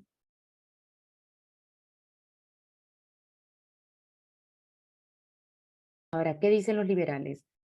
Los liberales con Benito Lazo dicen, cambio sí, ya está. Ellos sí están en favor del cambio, de la independencia, ya está. Y en este caso dicen, quienes deben tomar el poder, quienes deben mantener la soberanía, debe ser el pueblo. Por tanto, ellos defienden una soberanía popular. Defendía en este caso Benito Lazo la igualdad ante la ley y la ampliación de sufragio. Entonces, si tú te das cuenta, mira, Herrera pide que se limiten los derechos populares y Lazo pide que se amplíen. Nota la diferencia, ¿no? Para Benito Lazo es importante que la gente participe activamente en las decisiones, ¿no? En las decisiones políticas. ¿Listo? Ahí lo tenemos. Conservadores y liberales. Ya está. Sigamos. Cuarto y quinto periodo, ¿ya? Positivismo y espiritualismo. A ver, un detalle importante. Ambos están ambientados en el mismo contexto. Guerra del Pacífico. Nuestro país posguerra queda en crisis, en bancarrota. Hay que reestructurarlo, hay que recuperarlo de la crisis, ¿ya? Entonces aquí el tema central, la problemática central va a ser la reconstrucción nacional. ¿Ya está? La reconstrucción nacional a raíz de la guerra. Entonces, como tú bien sabes, en la última parte de la guerra, nuestro país recibe apoyo económico de un capital extranjero. A ver si recuerdas, a ver si sabes por ahí de repente. ¿De qué país nuestro país, Perú, recibió apoyo económico en la última parte de la Guerra del Pacífico? ¿Sabe alguno? Ninguno, ya yo te digo. En la última parte de la guerra, nuestro país recibe apoyo económico del capital inglés, de Inglaterra. Así es, Winsor. ¿Y qué se venía desarrollando a nivel filosófico en el siglo XIX en Inglaterra? Pues la filosofía positivista de Herbert Spencer. Entonces tú ya conoces el positivismo de Augusto Comte, el filósofo francés, de él hemos hablado. A ver si recuerdas, ¿por qué se caracteriza el positivismo? ¿Qué defendía el positivismo? ¿Cómo se podía lograr el progreso social para el positivismo? A ver si recuerdas qué decía Comte. Correcto. Comte decía ciencia. Hay que promover ciencia para lograr el progreso social. ¿Te acuerdas? Ya. Aquí en el Perú, Manuel González Prada va a comenzar a difundir ideas positivistas. Entonces, es por eso que después de la Guerra del Pacífico se inicia un periodo positivista en el Perú, porque Prada es el que se va a encargar de decir que únicamente la ciencia es la única capaz de conducirnos al progreso social. Prada, ¿no? Prada era de la idea, ojo, yo te coloco por aquí solo un representante, pero no es el único positivista, ¿eh? Aquí en el Perú también tenemos a Manuel Vicente Villarán, por ejemplo. Prada, hijo, decía que se debe promover una educación en las universidades, una educación en técnica, una educación en ciencia. ¿Para quiénes, profesora? Prada decía para todos sin excepción. No vamos a hacer una diferencia, todos deben ser educados, decía él. Entonces vamos a resaltar porque vas a notar aquí la diferencia entre el positivismo y el espiritualismo. Entonces Prada dice, educación en ciencia, educación en técnica, para todos sin excepción. Solo la ciencia será la única capaz de reconstruir nuestro país. ¿Ya está? En ese sentido, Prada era crítico de la religión, de la metafísica, de la teología que todavía se venía enseñando en las universidades del Perú. Aunque no lo creas, en el siglo XIX, finales del siglo XIX, posguerra del Pacífico, aquí en el Perú todavía se venía enseñando escolástica en la universidad, metafísica, religión, se leía Tomás de Aquino. Tú dirás, profe, pero no puede ser posible si ya hemos vivido nuestra etapa ilustrada. Hemos vivido pues la ilustración peruana, donde hemos leído a filósofos modernos, ciencia moderna, ya sí. Pero en el siglo XIX, posguerra del Pacífico, todavía en las universidades se venía enseñando teología, religión, metafísica. Después de todo, ¿qué te sorprende? Si hoy en día en los colegios, siglo XXI, ¿qué te siguen enseñando en los colegios? Religión. Entonces, siglo XXI, pues, ¿qué te sorprende? Como curso obligatorio encima. Entonces, ¿qué te sorprende? Entonces, acá en el siglo XIX, en el contexto de vida de Prada, se sigue enseñando religión. Y Prada renegaba de ello. Por eso es que Prada no iba a la universidad. Él era de clase aristocrática y tenía platita, pero no iba a la universidad. Profe, ¿por qué? Porque él decía, ¿para qué voy a ir a la universidad si en la universidad me enseñan esto, teología, religión, metafísica? Ya ponte, doy un examen, y me saco un examen me saco 20. ¿De qué me sale sacarme un 20 en mi examen de teología si cuando cruzo la puerta de la universidad, salgo de ella, pues me encuentro un Perú en crisis, en bancarrota, en ruinas? Entonces, ¿de qué me sirve mi 20 aquí fuera? En nada. Entonces, hay que promover una educación dentro de las universidades, se debe promover una educación que sea útil. Entonces, que se deje de enseñar teología y que se comience a enseñar ciencia, técnica, Senati, ¿no? Entonces, que se enseñe la técnica, ciencia, conocimientos útiles para que cuando tú salgas, tu conocimiento apoye o ayude a reconstruir el país para que salga de la crisis. ¿Ya está? Prada por eso no iba a la universidad y criticaba la teología, la metafísica. ¿Ya está? Entonces, además de ello, también critica su clase, mira, critica la aristocracia peruana. ¿Qué cosa es la aristocracia? Clase pudiente, adinerada, ¿no? ¿Por qué la critica? Porque dice que ellos son los responsables de la derrota en la guerra del Pacífico. ¿Por qué, profe? Porque dice Prada que la aristocracia peruana, cuando los chilenos llegaron en plena guerra, ellos pues se fueron, ¿no? Tomaron su embarcación, se fueron, ¿no? Voy a comprar armas, dijo nuestro presidente, ¿no? Se fue también, ¿no? Y no volvió, ¿no? Entonces, esos aristócratas peruanos, ¿no? Huyeron en la guerra del Pacífico, pero quienes estuvieron hasta el último para dar frente y defender al Perú fueron los indios. Por ende, los indios son los verdaderos defensores del país. Por eso es que yo promuevo educación, no para unos cuantos, sino para todos. Orden y progreso, ese es mi lema, dice Prada. ¿Ya?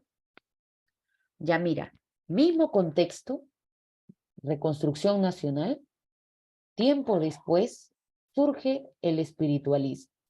¿Qué es el espiritualismo? El espiritualismo en realidad surge como un rechazo, como una crítica, como una reacción al positivismo de Prada. Entonces, si tú te das cuenta, los dos están ambientados en el mismo contexto. Los dos tienen el mismo interés, el mismo tema, la misma preocupación. ¿Cuál surgió primero? Positivismo. ¿Cuál después? Espiritualismo. Y surge como una crítica a Prada. El máximo representante del espiritualismo en el Perú es Alejandro de Ustua. ¿Ya está? Alejandro de Ustua dice, si queremos lograr orden, reconstruir el país, no debemos difundir ciencia. Lo que hay que promover es que nuestro espíritu sea libre y creativo, espíritu libre y creador. Entonces, Deusto era de la idea de que querer que todo sea tan, digamos, tecnologizado, tecnificado, es muy robótico, decía él, ¿no? Mejor hay que dejar que Stella, Windsor, dejen que su espíritu sea libre y creativo, entonces que ellos imaginen y comiencen a crear y a ordenar la sociedad, la naturaleza y con ello, ¿no? Entonces él decía, querer que todo se ajuste a la medida, a la regla, a la técnica, es muy, o sea, no deja pues espacio para la creatividad humana, ¿no? Muy robotizado, decía él. De otro lado, decía Deusto, ¿hay que promover educación? Sí, pero no hay que promover, como dice Prada, una educación en ciencia. Hay que promover una educación moral, una educación humanista. ¿Ya está? Entonces, mira lo que dice Deusto. Deusto dice, educación, sí. ¿En qué hay que educar? En moral. Hay que educar en valores, en educación humanista. Ahora, ¿a quiénes hay que educar? ¿A todos? No, no, no, no, no, no, no. Él decía, hay que educar a los futuros líderes. Hay que educar a los futuros gobernantes. A todos no, solo a los futuros líderes, a los gobernantes. Entonces él defiende una educación elitista, ¿no? No para todos, sino para unos cuantos. ¿Y por qué no hay que preocuparnos por todos? Deusto decía que la causa de que un país esté en crisis, la causa del no progreso social, no está en su pueblo analfabeto. Un pueblo puede ser analfabeto, pero a quienes no se les permite que sean analfabetos es a los líderes. Por eso es que Deusto dice, los analfabetos no deberían preocuparnos, pues la causa del no progreso social está en la falsa sabiduría de sus líderes. Por tanto, a ellos hay que educarlos, no a todos, solo a los líderes. ¿Ya está? A los futuros gobernantes. Mira lo que dice, ¿no? Sigue siendo un poco conservador esa idea, ¿no? Pero bueno, ahí lo tenemos. Entonces no te olvides la diferencia. Uno propone educación en ciencia, el otro propone educación en moral. Prada dice para todos, Deusto dice para los futuros líderes. ¿Ya? No te olvides la diferencia entre ambos, ¿ah? Y terminamos por acá. Filosofía social. Siglo XX, Oncenio de Leguía. Aquí surgen dos movimientos bien importantes, el aprismo y el socialismo. ¿Ya? ¿Qué son ambos? Son ideologías de masas. Vamos a anotarlos por aquí. Ideologías de masas. ¿Dónde están? Mueven a, no, masas que buscan la transformación. ¿Dónde está? Que buscan una crítica y una transformación de la sociedad. ¿Listo? Cambiar la sociedad. Ahí lo tenemos. Listo. Ahora sí. El representante del aprismo es Víctor Raúl Haya de la Torre y del socialismo José Carlos María Teguilachira, apodado de La Mauta, ¿no? ¿Listo? Ambos llegan a la misma conclusión, fíjate. Ellos realizan un análisis sobre la realidad americana y sobre Mariátegui sobre la realidad peruana, ¿no? En este caso ambos coinciden en lo siguiente. Haya de la Torre nos va a decir que Indoamérica, es decir, Latinoamérica, así la llama él, Indoamérica o Latinoamérica, es en el siglo XX una región feudal. ¿Ya está? Mira, siglo XX, ¿ah? Donde ya se supone que hemos logrado nuestra independencia, ilustración, para acá y por allá. Siglo XX, Haya de la Torre va a decir que América es una región feudal. Como tú bien sabes, el feudalismo fue un modo de producción que se desarrolló en la época medieval. Entonces, época medieval, si vamos a la línea de tiempo, el feudalismo fue un modo de producción que se desarrolló aquí, pero ya estamos siglo XX, hijo. Pues en el siglo XX, donde ya Europa está en su época contemporánea, donde ya pasó su modernidad, donde ya se industrializó en el siglo XIX, ¿te acuerdas? En el siglo XIX se logra la industrialización. Ya. En América, dice Haya de la Torre, en América todavía no hay industria. En América en el siglo XX no hay industria. América es una región feudal. Ya está. Mira lo que está diciendo, ¿ah? América no posee industria, ¿no? Y si no hay industria, pues tampoco hay un proletariado maduro, porque como tú debes saber, en Europa, cuando se lleva a cabo la segunda revolución industrial, ahí emergen dos clases sociales, la burguesía y el proletario, el trabajador, ¿no? Pero si en América no hay industria, pues tampoco hay proletarios. Profe, ¿región feudal? Sí, no hay, pues, industria impropia en el Perú. Como por ejemplo en otros países que sí tienen sus propias industrias de auto, ¿no? Industrias de grandes maquinarias, farmacéuticas, grandes farmacéuticas y mueven, ¿no? Aquí en el Perú, industria propia tenemos. En el siglo XX, Haya de la Torre va a decir, no hay. Entonces, para cambiar esta situación, él propone llevar a cabo una revolución. A esa revolución él le llama la revolución indoamericana. ¿En qué consiste esa revolución?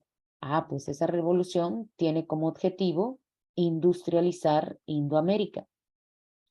¿Está? Hay que industrializarla, industrializar Indoamérica. Profe, pero si no hay proletarios, ¿quiénes van a llevar a cabo esa revolución? Ah, pues esa revolución la van a llevar a cabo los intelectuales de la clase media de toda Indoamérica.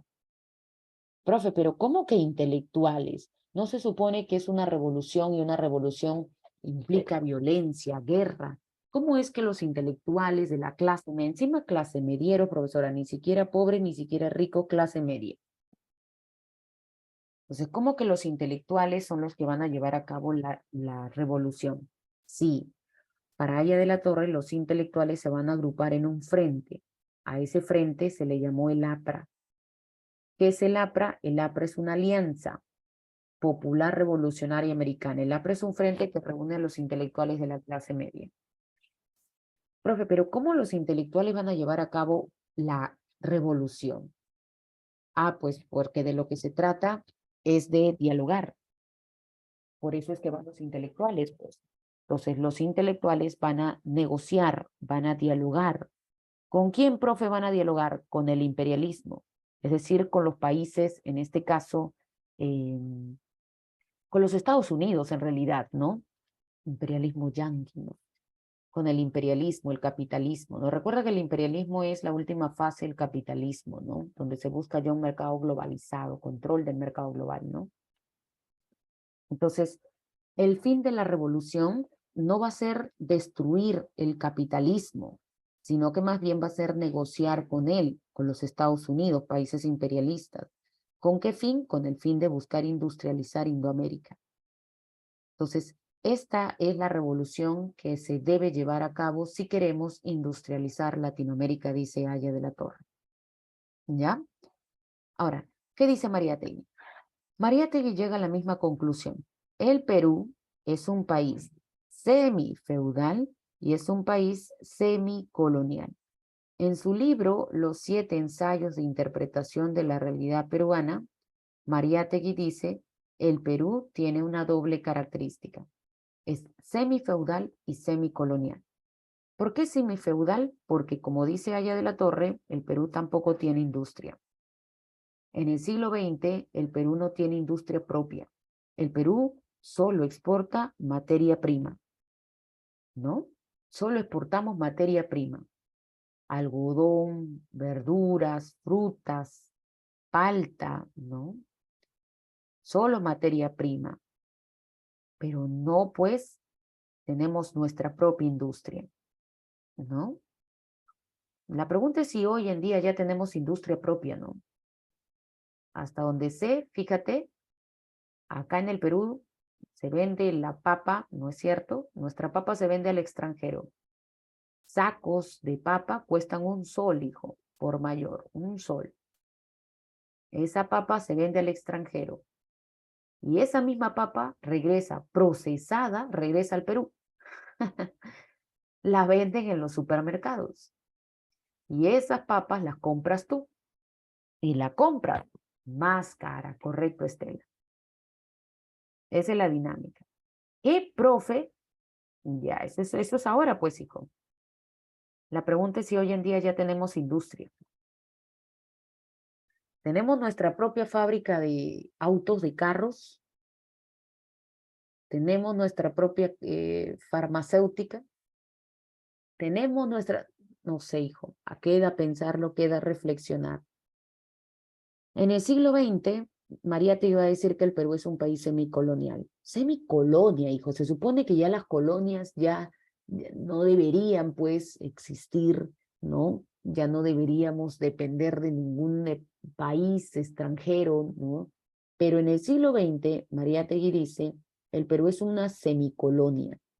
¿Por qué es una semicolonia si ya se independizó de España?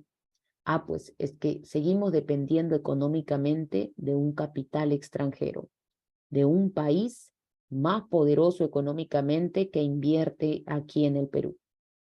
Pregunta, en el siglo XX, ¿de qué capital extranjero dependíamos?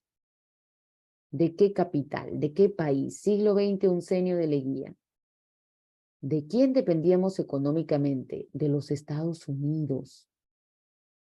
Entonces, la pregunta es, hoy en día tenemos, o mejor dicho, hoy en día ya no dependemos de ningún capital extranjero. Hoy en día ya no dependemos de ningún capital extranjero. Somos una economía autosuficiente que no depende de ningún capital extranjero.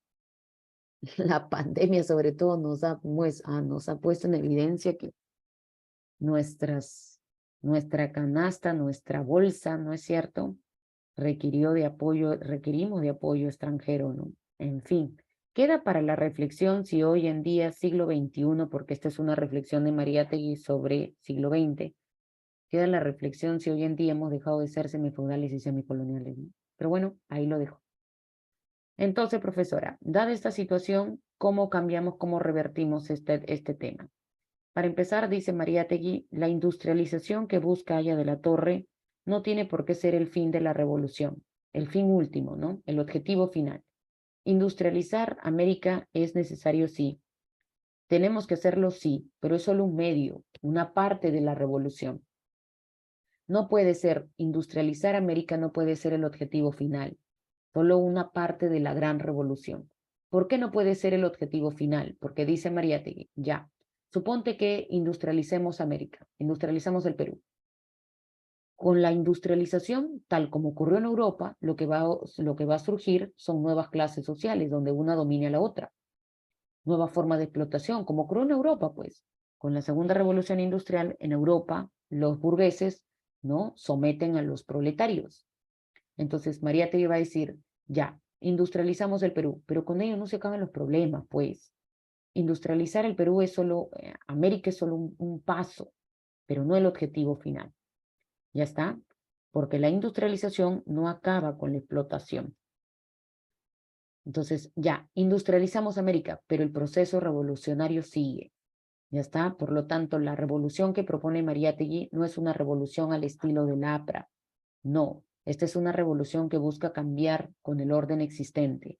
Negociar con el capitalismo, no, romper con el capitalismo.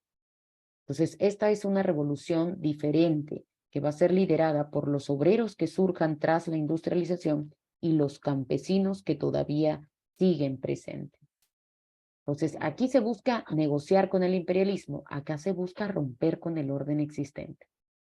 ¿Ya está? Pero en ambos casos la industrialización sí es necesaria, ¿ya? El socialismo correcto. En este caso, para Mariátegui, el socialismo o el marxismo puede ser aplicado en la realidad latinoamericana como un método de investigación, como un método de análisis. Pero el marxismo no tiene por qué tener las mismas consecuencias que tuvo, en Europa. Por eso es que Mariátegui dice, el socialismo es, digamos, no tiene que ser ni copia ni calco, sino creación heroica, ¿ya? Puede aplicarse como un método para reflexionar sobre la realidad latinoamericana, que es lo que él está haciendo, ¿ya?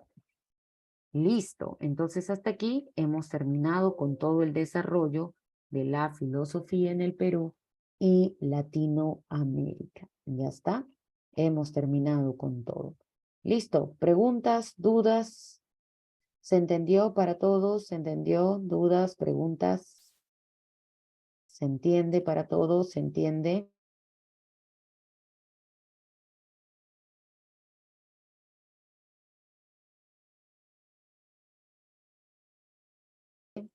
¿Y se entendió para todos, muchachos?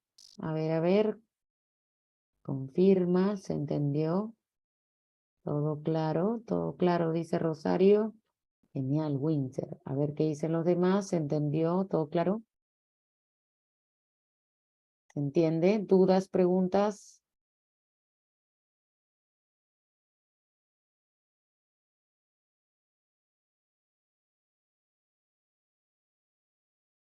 A ver. Correcto, excelente, muchachos. No, a industria en general, la industria propia, ¿no? Del Perú, claro, estatal sería, ¿no? Porque privada es, y sigue siendo lo mismo, pues hija, sigue siendo un capital extranjero que invierte aquí en una empresa privada, ¿no? Pero no es nuestra, pues, ¿no? Solo está aquí generándose ingresos, dinero, pero esos aportes, ese dinero no es para los peruanos, pues, hija, termina siendo para el extranjero, para la empresa privada, ¿no? Como país no tenemos algo propio, ¿no? Ya está. Sí, Miro Quesada entraría aquí en esta última polémica, Windsor, en la polémica de si hay o no filosofía auténtica en Latinoamérica. Aquí entraría Miro Quesada. ¿Qué opina Miro Quesada? Dice que, eh, ujú, dice Miro Quesada que en este caso la filosofía latinoamericana ha pasado por generaciones, ¿no? Para él sí es posible hablar ya de una filosofía auténtica. Y además insiste que ella ha pasado ya por 3 generaciones, ¿no?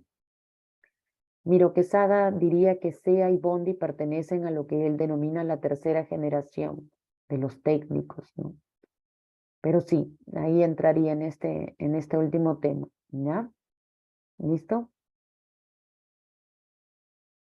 Ya está. ¿No hay más preguntas? ¿No hay más dudas? ¿Todo claro entonces? Sí, la siguiente semana tomo, ahora sí, Carla, gracias por recordarlo. La siguiente semana entonces la evaluación sería sobre la filosofía occidental que hemos trabajado y entraría también la filosofía en el Perú y Latinoamérica. ¿Ya? Entonces, la próxima semana conectarse tempranito, puntuales, muchachos, para poder tomarles la evaluación puntual. ¿Ya? ¿Listo? Sí, temprano, por favor, para tomarles el examen, para tomarles una pequeña evaluación. Si no hay dudas, no hay preguntas, entonces aquí nos vamos a quedar. Un fuerte abrazo para todos, muchachos. Cuídense mucho. Lo dejo para que aprovechen estos minutitos y descansen un poquito para que luego continúen con su siguiente clase. ¿Ya? Entonces, un fuerte abrazo para todos. Cuídense mucho. Ya está. Nos vemos la siguiente semana. ¿Ya? Nos vemos, nos vemos. Cuídense mucho. Vayan a descansar unos minutos.